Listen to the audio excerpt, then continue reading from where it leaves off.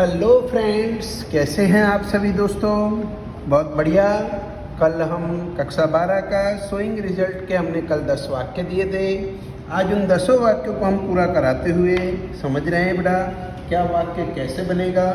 हमारे पास पहला ही वाक्य था, आई एम टू डल, मैं हूँ बहुत कमज़ोर। अब यहाँ TOO आया तो TO2 लगा के बनाना पड़ेगा। याद रखिए, हमको अपना वाक्य ऐसे पूरा करना है कि वाक्य हिंदी कुछ मतलब निकले। आई एम टू डल, मैं बहुत ही कमज़ोर हूँ। क्यों कमज़ोर हूँ? डल यानी कमज़ोर। मैं कमज़ोर हूँ बहुत ही तुम्हारी बात समझने के लिए, टू अंडरस्टैंड योर स्पीच, या फिर कठिन मेहनत करने के लिए मैं बहुत ही कमज़ोर हूँ। तो I am too dull to work hard, या फिर पहला नंबर लाने के लिए तो to get first rank. I am too dull to get first rank. चलिए दूसरा वाक्य है, the joker was too tiny. Too यानी दोस्तों बहुत ज़्यादा, जोकर था टू टाइनी बहुत ज़्यादा छोटा। क्यों? तो ये वाक्य याद करिए, मैंने परसों नरसों लिखाया था बड़ा। अब जोकर भी सजीव है, जब सजीव हो तो डायरेक्ट टू करके ही वाक्य लगाना है। TOO में जोकर था बहुत ही छोटा। क्यों? टू क्लाइंब द रोप।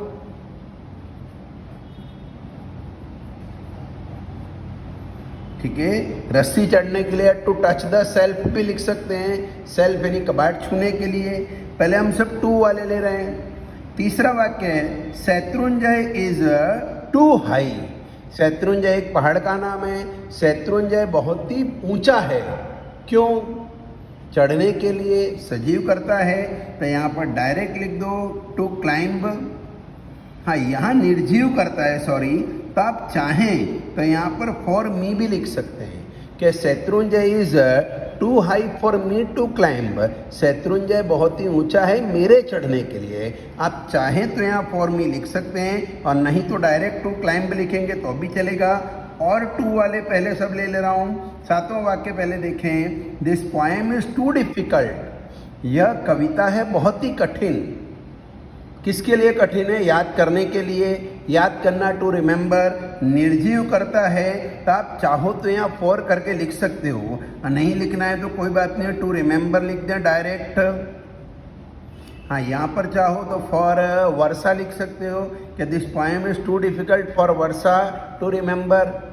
या फिर आप चाहो तो स्नेहा लिख सकते हो कि this poem is too difficult for Sneha to remember, या this poem is too difficult for Krishna to remember.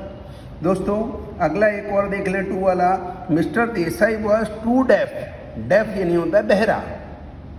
श्रीमान देसाई थे बहुत ही बहरे। अब यहाँ पर मिस्टर देसाई सजीव है तो फोर करके कभी नहीं लिखेंगे। इसमें और इस तीसरे में और सातवें में फोर करके लिख सकते, बाकी किसी में नहीं है, दोनों में नहीं आएगा बेटा, क्योंकि मिस्टर देसाई सजीव है। तो श्रीमान देसाई थे बहुत ही ज़्यादा बहरे। बहरा व्यक्ति क्या नहीं कर सकता है? सुन नहीं सकता है।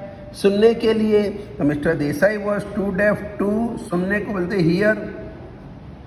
सुनने एनीथिंग लिखना चाहो तो एनीथिंग, कुछ भी सुनने के लिए। खाली हियर टू हियर लिखोगे तो अभी चलेगा। एक 10वां वाक्य देखें, नयन वॉज टू फैट। नयन था बहुत ही मोटा। अब यहाँ पर भी नयन एक सजीव करता है तो इसमें फॉरन लिख सकता है, डायरेक्ट टू करके लिखना पड़े। नयन था बहुत ही मोटा। क्या नहीं कर सकता है मोटा आदमी? तेज दौड़ नहीं सकता है तो टू रन फास्ट या टू वॉक फास्ट। ठीक है, ये टू वाले पहले बेटा मैंने बनाए, अब वो वाले बनाए अपने सो दैट वाले। The teacher is so old. Teacher थी इतनी बूढ़ी। अब सो के साथ हमेशा क्या था? दैट आता है। सजीव करता है तो वही लिखना है, निर्जीव करता है तो वन करके लगाना चाहिए। तो the teacher is so old that, सजीव नहीं करता है तो बेटा क्या नहीं कर सकती है कि वो पढ़ा नहीं सकती है। सी इज लिखा है इसलिए क्या लिखेंगे? Can not teach. हो गया वाक्य। इसी तरह से छठा वाक्य है, Allen was so late. Allen था इतना लेट। अब फिर एलन एक लड़के का नाम है तो ये भी सजीव है, तो इसमें वन करके नहीं लगाएंगे, दैट लगा के। क्या नहीं कर सकता है? एलन इतना लेट था कि वो टाइम पे नहीं पहुंच सकता था। अब एलन एक सजीव है तो डायरेक्ट ही लिखेंगे वॉज है इसलिए could not reach on time, समय पर पहुंच नहीं सकता था। और देखें, ये देख लो चौथा वाक्य पहले, पांचवें से पहले, mister Wagle was so forgetful. श्रीमान वागले थे इतने फॉरगेटफुल, फॉरगेटफुल यानी भुलक्कड़। श्रीमान वागले इतने भुलक्कड़ थे कि वो क्या नहीं याद रख सकते थे, यानी क्या, कुछ बात होती है उल्टा वाक्य बनाने का। तो श्रीमान वागले इतने ज़्यादा भुलक्कड़ थे कि वो अपना नाम ही भूल जाते थे, वो उनको याद ही नहीं रहता था, कि उनको अपना नाम याद नहीं रहता था। फिर से सजीवे तो यहाँ पर आएगा ही, वॉज इसलिए आएगा could not remember his name, उन्हें अपना नाम भी याद नहीं रहता था। ये सब आपको सोचना पड़ेगा बेटा, कहीं लिख के नहीं आएगा। The carpet was so heavy, carpet इतना भारी था, दैट की, अब ये कारपेट निर्जीव है तो वन लगा दो, वन, क्या नहीं कर सकते हैं, तो कारपेट इतना ज़्यादा भारी था कि कोई भी उसे उठा नहीं सकता था या फिर धो नहीं सकता था। तो the carpet was so heavy that one was इसलिए could not wash it. Sir it क्यों आया, उसे धो नहीं सकता था, और यह कारपेट निर्जीव है इसलिए इट आ गया दोस्तों। तो इस तरह से हमने दोस्तों ये 10 वाक्य पूरे किए हैं।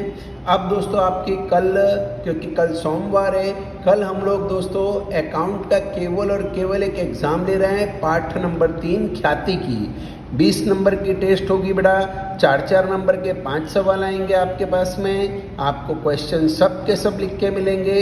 1 घंटे का आपको समय दिया जाएगा। सुबह ठीक 10 बजे आपके हाथ में पेपर आ जाएगा बेटा, और आपको मुझे 11 बजे तक वो पेपर भेज देना है। फिर से एक बार बोल रहा हूँ, 20 नंबर के अकाउंट की सोमवार को सुबह 10 बजे एग्ज़ाम है हमारी। हमें वो एग्ज़ाम का पेपर पूरा करके मुझे भेज देना है। और दोस्तों 11वीं का एडमिशन चालू है, 11वीं कॉमर्स की बैच भी सोमवार से स्टार्ट हो रही है। इसलिए अगर तुम्हारा कोई भाई बहन कोई बाकी है बेटा जो अभी तक ग्रुप में नहीं ऐड हुआ है और उसको ऐड होना है, तो प्लीज़ करवा दीजिए। और आप सभी बच्चों की फ़ीस बाकी है, तो थोड़ा सा ये और बोलूँगा बेटा कि आप जो फीस बाकी है बेटा 10 से 15 तारीख तक सभी की भर जाए। नहीं तो बेटा मुझे कुछ कठोर कदम उठाते हुए जो बच्चे फीस नहीं भर रहे हैं उनके यहाँ कॉल करना पड़ेगा, शायद ग्रुप में से भी रिमूव करना पड़ सकता है। Thank you friends.